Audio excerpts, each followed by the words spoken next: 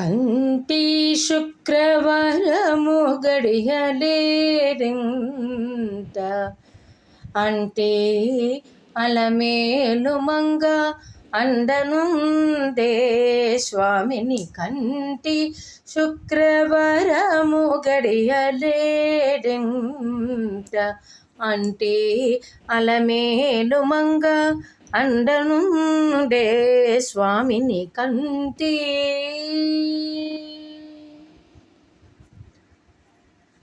సొమ్ములన్నీ కడబెట్టి సొంపుతో గోనము గట్టి కమ్మని కదంబము కప్పు పన్నీరు.